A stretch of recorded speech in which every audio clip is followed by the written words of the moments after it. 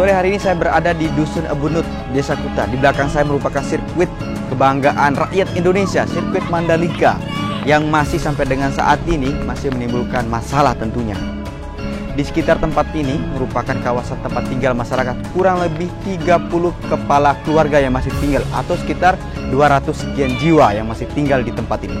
Mereka bertahan karena sampai dengan saat ini pemerintah belum juga menyelesaikan pembayaran lahan mereka, sehingga sampai dengan saat ini masih bertahan tetap di sini, rela mati kalau tanahnya tidak selesai dibayar.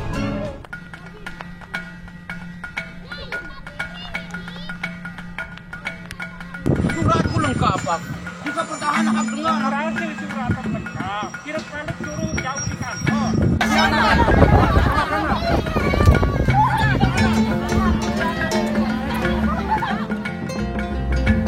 Di hadapan kita sudah ada Pak Senum, merupakan salah satu tokoh masyarakat yang juga ketua RT di Dusun Ebunut, Desa Kuta, Pujut, Lombok Tengah.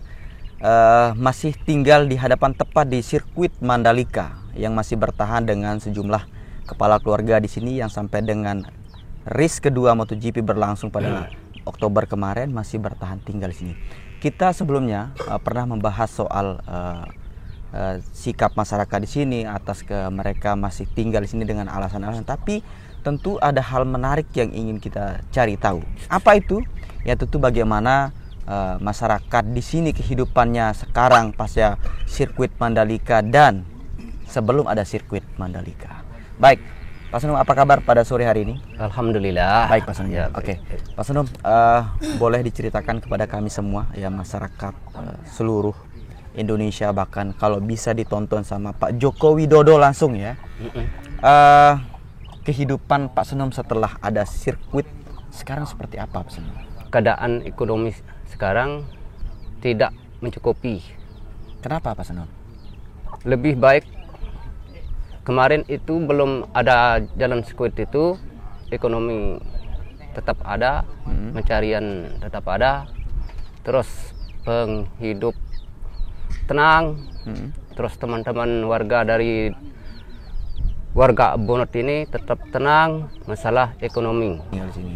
Berarti Pak Senum lahirnya di mana? Di sini. Di sini juga. Iya, di Ebunut ini, ya. Di Ebunut. Berarti Pak Senum sekarang dengan keluarga barunya berarti tinggal di sini lagi. Iya.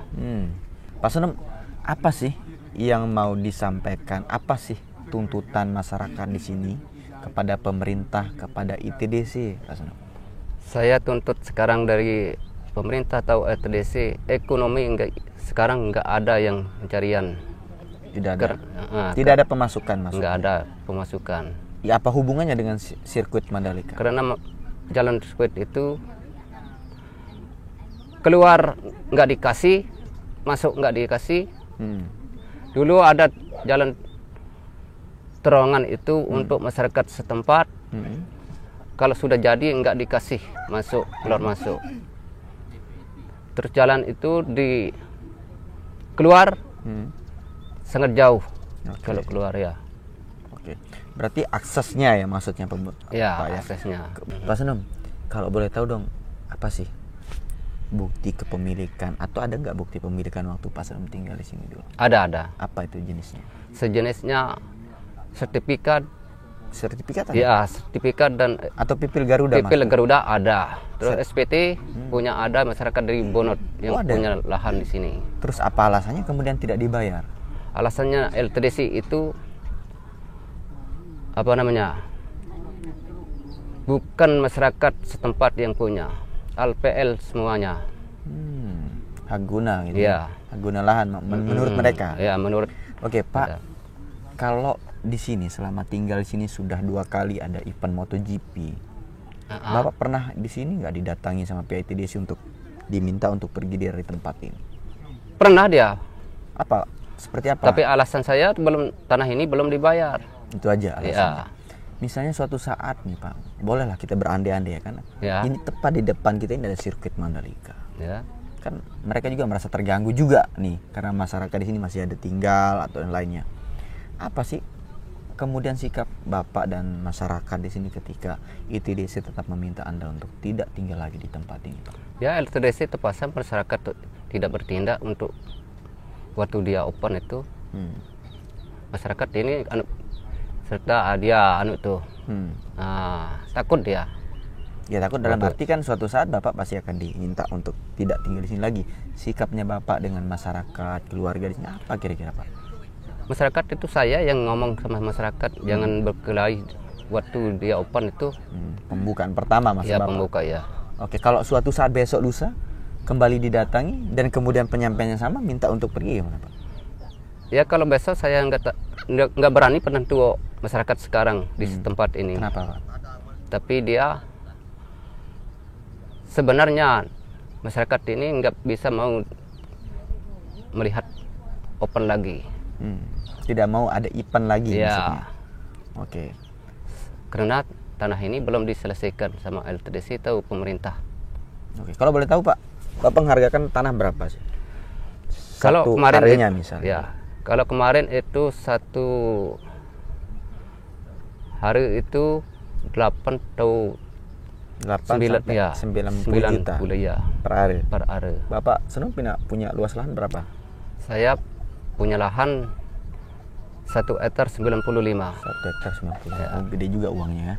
Oke Pak Senum, dalam kesempatan ini Pak Senum, misalnya seandainya Direktur ITDC, Pak Presiden, ya, Ketua DPR RI menyaksikan, menonton langsung ini, apa yang Anda sampaikan? Apa yang mau Anda sampaikan kira-kira Pak? Saya minta bantuan dari dia.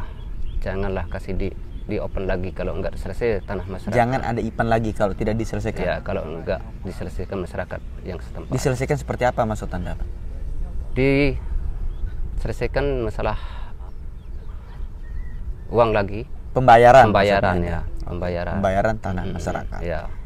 Pembayaran tanah masyarakat. Bapak pernah berpikir tidak kalau suatu saat kita digusur masyarakat yang tinggal sini? Pernah berpikir nggak gitu Pak?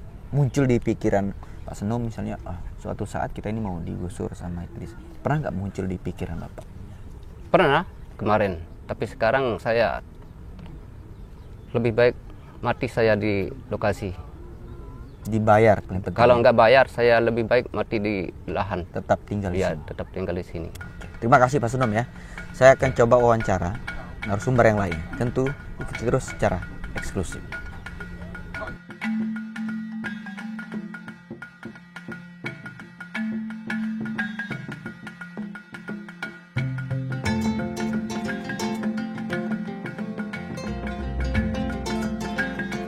Baik, itu tadi salah satu wawancara kita. Sekarang coba akan kita wawancara narasumber yang berbeda, tentunya masih pada tokoh masyarakat yang ada di sekitar sirkuit Mandalika. Baik, di samping saya sudah ada dengan siapa Pak? Assalamualaikum.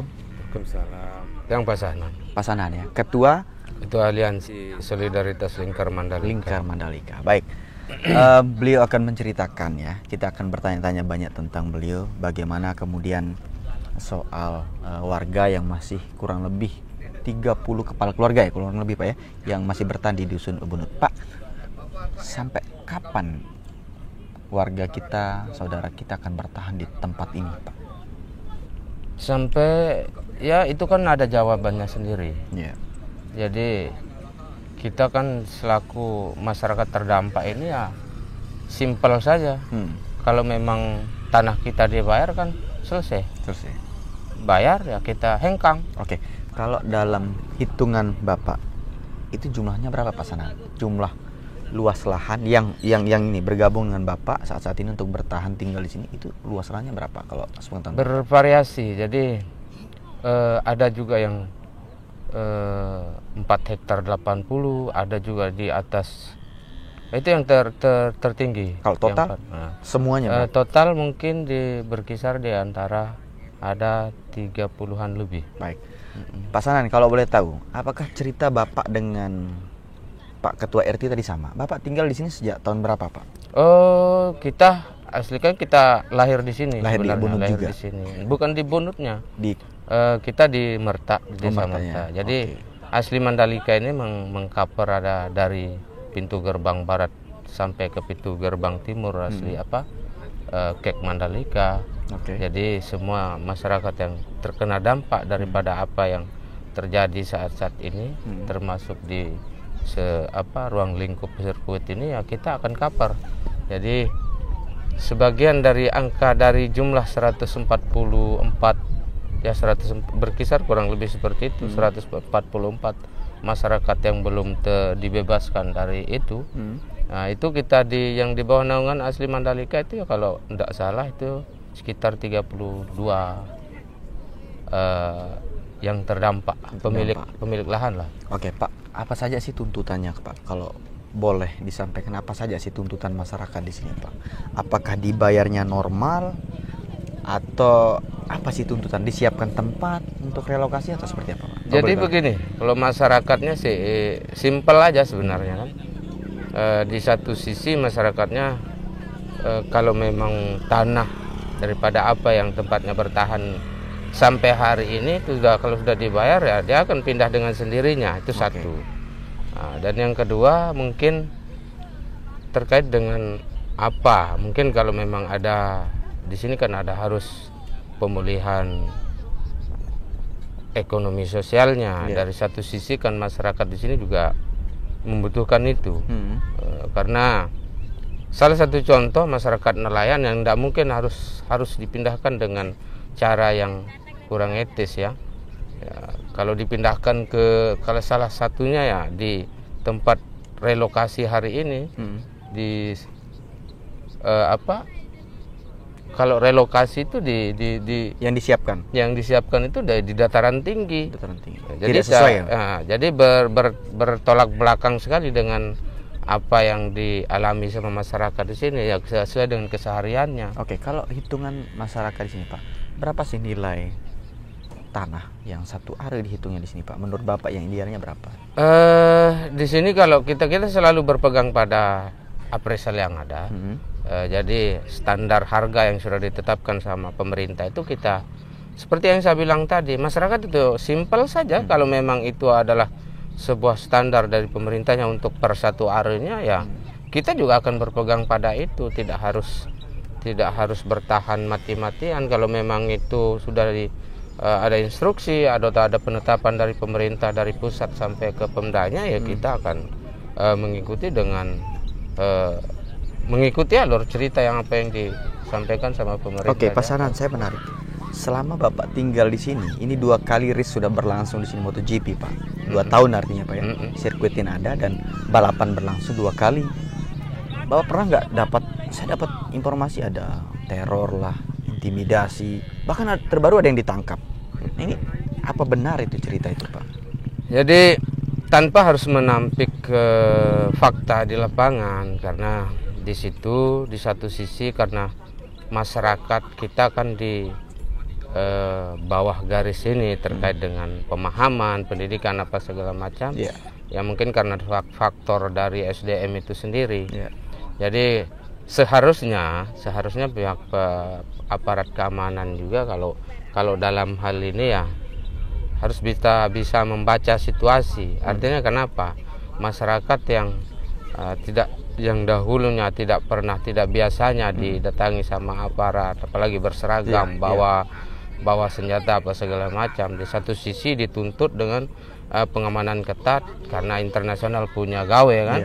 Jadi itu seharusnya pemerintah dalam hal ini ya timingnya yang mungkin agak begitu kurang bagus mungkin kan. Itu satu. Dan yang kedua mungkin secara planningnya juga dari pemerintah untuk melakukan hal-hal seperti itu mungkin itu dialihkan menjadi sebuah sweeping kan. Kadang-kadang mengartikan seperti itu masyarakatnya karena tidak biasa dengan situasi seperti itu. Nah hingga itu mungkin dalam hal ini kita mau katakan intimidasi juga iya, tidak juga iya. Kenapa?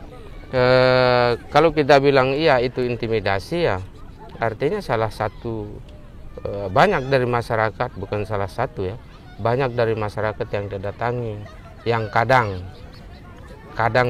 aparat itu menyampaikan ke masyarakatnya agar jangan melakukan sesuatu hal yang merugikan masyarakat itu sendiri apabila event ini termasuk dari event 2022 sampai 2023 sama arahannya, tetapi di saat masyarakatnya mengindahkan apa yang disampaikan sama pemerintah, masyarakat itu menyampaikan secara tertulis lewat baliho, itu pun menjadi permasalahan lagi. Jadi kita masyarakat yang di sini itu tidak ada satu sisi baiknya. Selalu ada keburukan yang dipublikasikan sama pemerintah. Bahwa salah satu contoh kemarin kan ada Habibie, ada Ahmad yang mencoba untuk menyampaikan sesuatu hal lewat sebuah tulisan atau baliho, itu pun diturunkan paksa sama aparat karena mungkin dalam situasi itu mungkin mengganggu situasi event. Tetapi di satu sisi kita masyarakat juga punya hak, karena itu kan kita sudah mendarah daging lah, artinya kita lahir di sini, masyarakatnya lahir di sini, sudah bercocok tanam di sini. Dari satu sisi dia bekerja sebagai nelayan, bekerja sebagai petani, peternak, hingga kadangkala juga masyarakat itu merasa terintimidasi, merasa diteror apa segala macam dari sikap dan tata cara yang sesuai dengan aturan yang diperankan sama pihak pemerintah. Oke, terakhir aparat. Pak, dalam kesempatan ini, misalnya Pak Joko Widodo, Presiden kita, Direktur ITDC, menyaksikan langsung, apa kira-kira yang Anda ingin mau sampaikan ke beliau? Dalam kesempatan ini, apa yang mau Anda sampaikan? Banyak hal. Ini karena ini terkait dengan RI1 ataupun Pak Presiden ataupun Direktur PT ITDC yang kadangkala mungkin dalam hal ini kita mau bilang miskomunikasi juga itu tidak iya juga kan? Karena dari tahun yang tidak enak juga, dari tahun yang selama ini, bahkan sampai dari masa konstruksinya, dari masa deklarasinya, kek ini itu sudah kita aspirasikan, kita sudah menyampaikan, baik itu secara mediasi, baik itu secara demonstrasi, itu semua sudah kita lakukan. Cuman dalam permasalahan ini kayaknya kalau kita mau bilang pihak ITDC tidak mau mengakui dengan keberadaan masyarakat yang belum dibebaskan tanahnya, itu tidak mungkin, karena di satu sisi pihak perusahaan juga melakukan pembebasan. Artinya dari nama si A, B, C, D ya katakan kalau memang itu bisa dinego ya seperti langkah-langkah itu yang dilakukan. Nah faktanya di sini adalah di sirkuit, contoh-contoh di sirkuit ini sudah ada juga yang dibebaskan dan ada sebagian juga yang belum dibebaskan. Baik, saya potong Pak. Terakhir, ketika ini ditonton sama Pak Jokowi, apa yang mau Anda sampaikan ke beliau? Aspirasinya apa yang mau disampaikan? Banyak.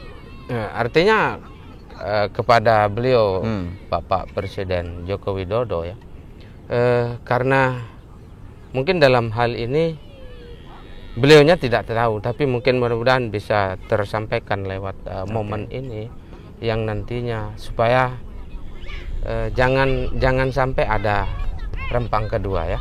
Jangan sampai ada rempang kedua. Artinya di sini kita masih mengambil sesuatu momen ataupun momen yang elok.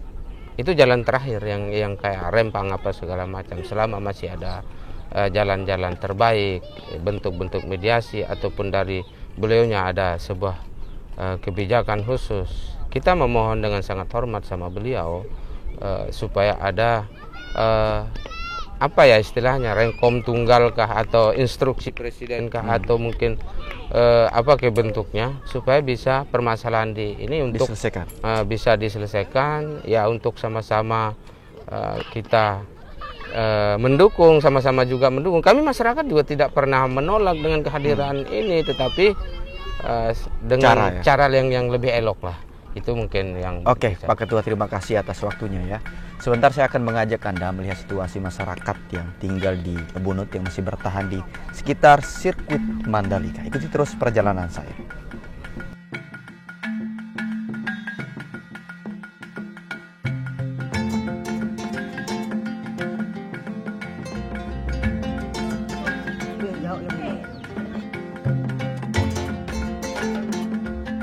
Ini aktivitas adik-adik kita yang ada di Dusun Ubunut Desa Kute, tepat di depan sirkuit Mandalika. Ya, aktivitas adik-adik kita yang ada. Sampai ketemu di edisi berikutnya. Saya Diki Wahyudi pamit undur diri. Wassalamualaikum warahmatullahi wabarakatuh.